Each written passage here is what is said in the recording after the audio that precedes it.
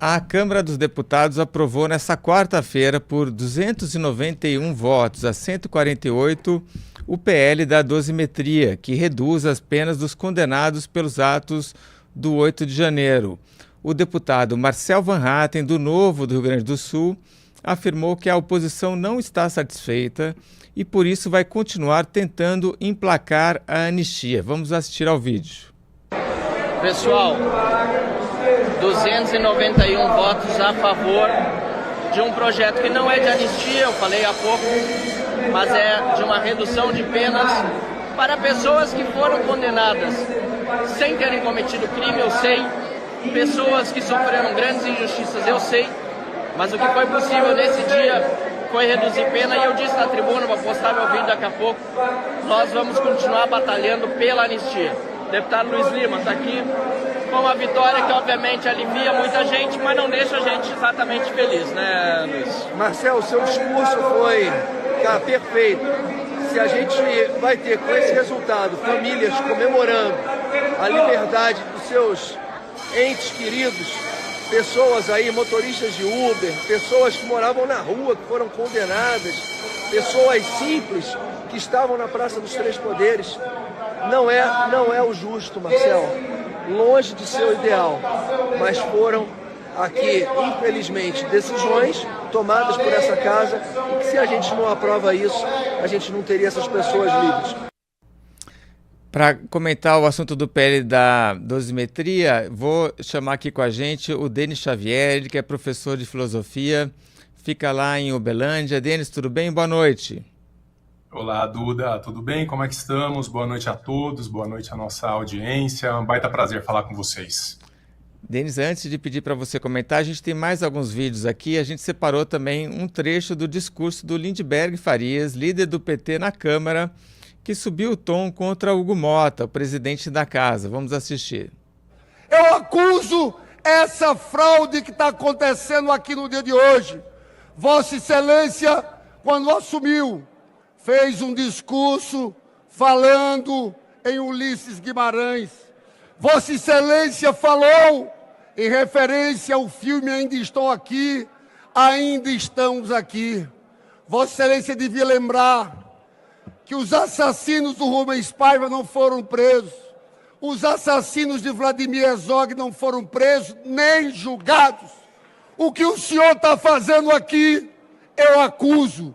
O senhor está querendo relaxar a prisão de generais golpistas, de criar uma farsa para interferir no julgamento independente do Supremo Tribunal Federal, que ainda nem acabou, ainda tem um núcleo 2 que está sendo julgado.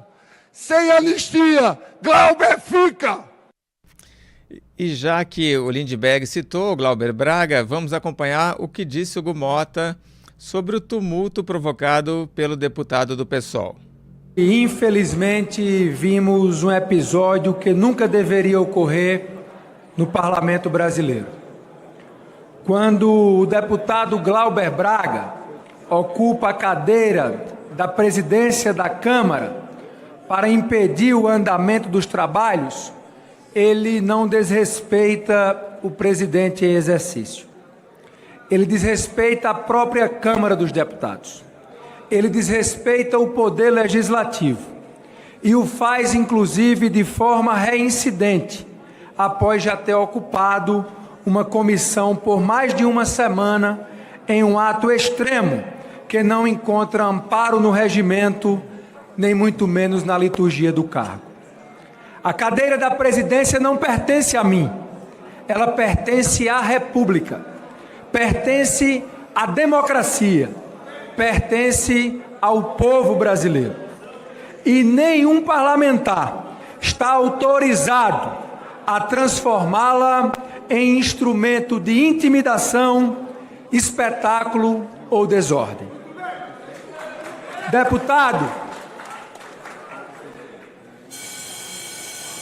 Deputado pode muito, mas não pode tudo. E agora vamos para a parte mais divertida, que a gente vai acompanhar um vídeo que artistas gravaram contra a cassação do deputado do PSOL. Glauber Fica. Glauber Fica. Estou aqui para dizer mais uma vez, e mais do que nunca, Glauber Fica. Glauber Fica.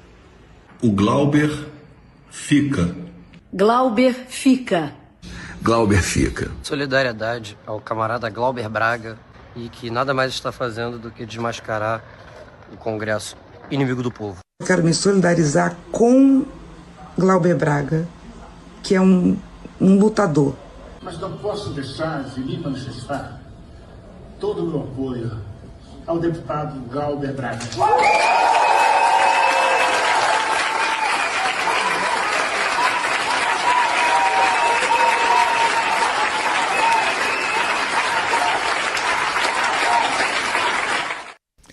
E antes de pedir o comentário aí do Denis Xavier, a gente tem mais um vídeo de um ato que ocorreu na tarde dessa quarta-feira em apoio a Glauber Braga. Vamos assistir.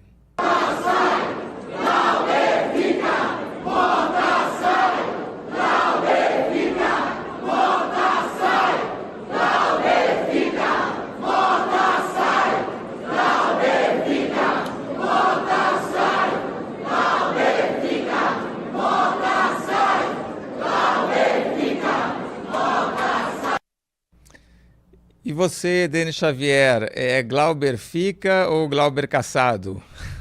Quando vocês forem colocar essa sequência de vídeos assim, vocês têm que avisar antes para tomar o remédio da gastrite, né? Vai atacando enquanto o vídeo vai passando. É uma patifaria! Ô Duda, a primeira coisa que me chama a atenção, falando da questão da dosimetria, eu não vou falar o desprazer, não, eu tive o prazer de trabalhar nos bastidores da vida política, ali na Câmara Federal, e acompanhei aquilo tudo muito de perto. E a nossa audiência, ela tem que saber uma coisa que acontece ali, que não é ninguém que me contou, e isso eu vi diariamente. Existem dois tipos de processos legislativos no Brasil. Existe aquele processo que tem interesse direto da classe política e existe um outro processo que é do interesse da população.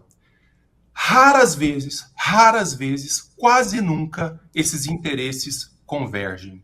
Raríssimas vezes. Por isso que eu sou daqueles que defendem que político tem que trabalhar pouco. O brasileiro que pede para político trabalhar mais não sabe o que está pedindo. Eu sei. Quando o político começa a trabalhar de madrugada, olha, porque aqui nós estamos fazendo um vídeo ao vivo, 3 horas da manhã, votando pelo Brasil, você pode ter certeza de que não é pelo Brasil. Ali, isso fatalmente recai naquele processo legislativo de tipo 1, que é do interesse da classe política. E no interesse da classe política, a velocidade vence qualquer burocracia. Quando eu trabalhei lá, era sob a presidência do Lira, e eu ficava absolutamente surpreso, imagine você, eu sou um conhecedor dessas coisas, e eu ficava surpreso com a desfaçatez com a qual ritos legislativos eram patrolados sem qualquer vergonha para passar coisas que eram do interesse da classe política. Então, nós estamos aqui num país afundado em crise fiscal, que fala em desemprego, em empregabilidade recorde, com números falseados. Porque, claro, se você coloca entre os empregados quem recebe auxílio, 70% das cidades brasileiras tem mais gente recebendo auxílio do que trabalhando com carteira registrada. Você coloca pessoas no trabalho informal, você coloca desalentados, aí, quer dizer, é desemprego zero, mas é um número falseado. Problemas na segurança, com problemas na saúde, com problemas na educação, essas pautas não são votadas. Elas são colocadas no tipo 2, que vão passar pelo rito burocrático e um dia, quem sabe, talvez a gente trate a respeito. Mas a de tipo 1, tempo recorde. Os caras vão conseguir votar esse PL da dosimetria ainda esse ano. Aí você vai me dizer, nossa, mas isso é importante porque vai ajudar muita gente que foi injustiçada lá em janeiro, né, os idiotas úteis.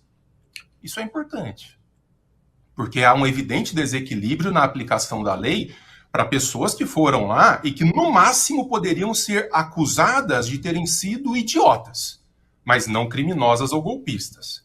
Mas você vai me dizer que esse movimento aqui dirigido dessa classe política é para salvar essas pessoas? Nós chegamos a esse ponto de ingenuidade? Nesse ponto de infantilidade intelectual? Esse PL, ele tem nome e sobrenome. O nome dele é Jair e o sobrenome é Bolsonaro. Não fosse isso, não teria sido desengavetado em tempo recorde, porque ele estava morto. Ele já estava quase morto. Ele foi desengavetado em tempo recorde e está sendo votado em tempo recorde. Por quê? É claro que os interesses políticos estão borbulhando por todos os lados. E é uma pena que a gente tenha um país que funcione até hoje dessa maneira. Tá? Sempre na força do fisiologismo, da conveniência, isso é muito triste. Segundo ponto, sobre Glauber. Esse deputado, eu acompanhei de perto várias das manifestações dele, sempre uma figura muito difícil de lidar, né, muito agressiva nos seus posicionamentos, muito pouco respeitosa. Só que nesse caso ele está respondendo por uma agressão física. Vocês sabem muito bem, eu sou um radical defensor da liberdade de expressão. Especialmente de figuras políticas que estão ali representando um certo modo de ver de parte da população. Então, poder dizer livremente. Mas não é só lá, em qualquer lugar. Esse sujeito, ele saiu com um membro lá do MBL aos pontapés. Então, não se trata de coisa minimamente defensável. Não se trata de coisa defensável. E aqui você tem um Mota, que é um presidente muito fraco, que já perdeu há tempos a sua autoridade como presidente e que agora teve que tomar uma medida meio desesperada para não perder o mínimo de controle que ainda lhe resta, que foi uma medida mais truculenta para tirar o sujeito da cadeira da presidência. E aí eu vi a repercussão midiática do tipo, não pode, esse tipo de truculência não pode. Mas o que você vai fazer nesse caso? Vai sentar, vai chamar um terapeuta para conversar? Glauber, não é bem assim, apaga as luzes, vai todo mundo embora? Então, é uma pena que tenha chegado a esse ponto de uma intervenção física para extrair o deputado de lá, mediante a sua altíssima possibilidade de cassação. Mas não precisava ter chegado a esse ponto. Tivéssemos um presidente da Câmara dos Deputados que tivesse tido posturas menos dúbias desde o início dos seus trabalhos à frente da Câmara. Sobre o PL da dosimetria, eu faço aqui uma recomendação de leitura. No Antagonista, o Rodolfo Borges publicou um artigo que chama PL da dosimetria atesta fraqueza de Lula e Bolsonaro. Rodolfo diz aí que tanto o bolsonarismo quanto o lulismo saíram perdendo nessa história. O bolsonarismo, porque queria ali alguma anistia, o Flávio Bolsonaro chegou a dizer, né, o nosso objetivo é Bolsonaro livre e nas urnas, né? Então, assim, não conseguiram fazer isso. Esse PL é quase que um prêmio de consolação e o lulismo se afastando, se apartando muito do nosso Congresso, né? E ainda teve esse momento do Glauber Braga apoiado pelo PT, arrumando briga com o Mota. Então, essa cisão só acabou aumentando. E, Denis Xavier, o que você achou desse vídeo dos artistas? Porque você já escreveu muito na Cruzoé também sobre a história dos ungidos, e é impressionante como o PSOL tem essa entrada no mundo dos artistas, principalmente ator, né, gente ligada do teatro, diretor, então, né, de peça, e essa gente também ali precisa, né? Os músicos, os cantores precisam fazer sempre uma manifestação para o pessoal. E acho que aí tem um jogo também que é onde a arte acaba se misturando com a política, porque muitos desses artistas vivem de projetos que às vezes são editais públicos de apoio, né? Ou acabam às vezes sendo até contratados, ou vira ministro da Cultura. A gente tem hoje uma ministra da Cultura que é uma cantora, Margareth Menezes, enfim, eles têm uma relação um pouco promíscua, né? E aí, diga. Não, eu ia falar que é exatamente isso.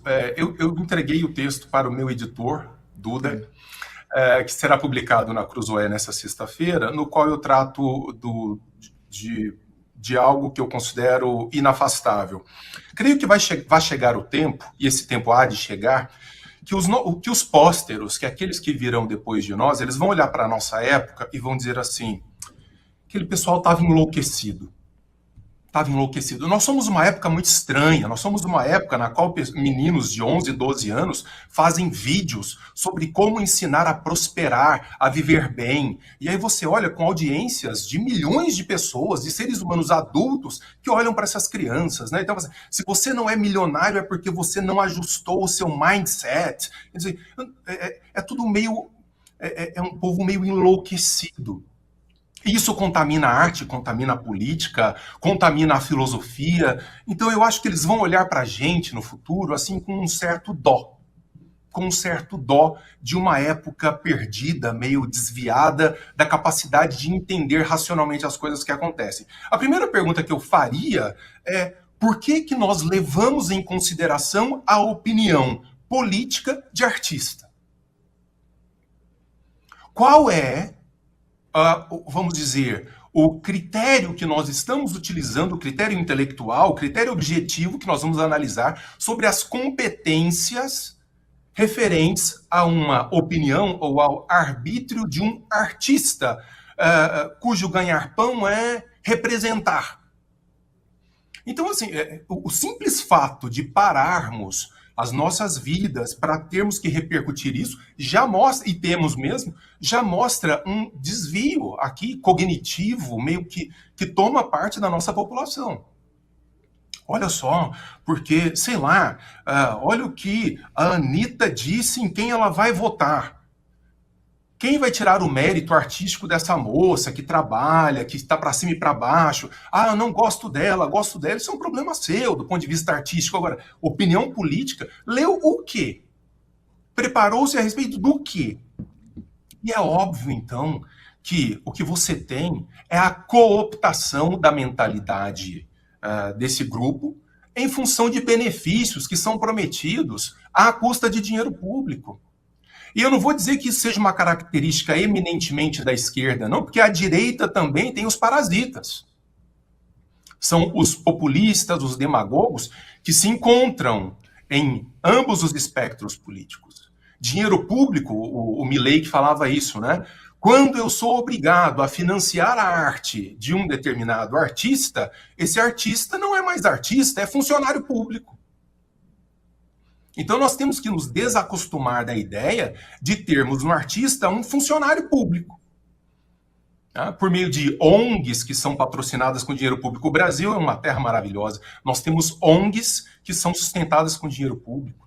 ONG, Organização Não Governamental. A primeira coisa que ela faz é pedir dinheiro público. Então, assim, vamos começar a desautorizar as opiniões dessa gente, escrachando mesmo, dizendo, olha, volta lá para o seu teatro, vai fazer música, vai dançar, porque é isso que você faz eventualmente bem. Agora, opinar sobre a vida política no sentido de querer decidi-la, tudo bem, é o direito de cada um dizer.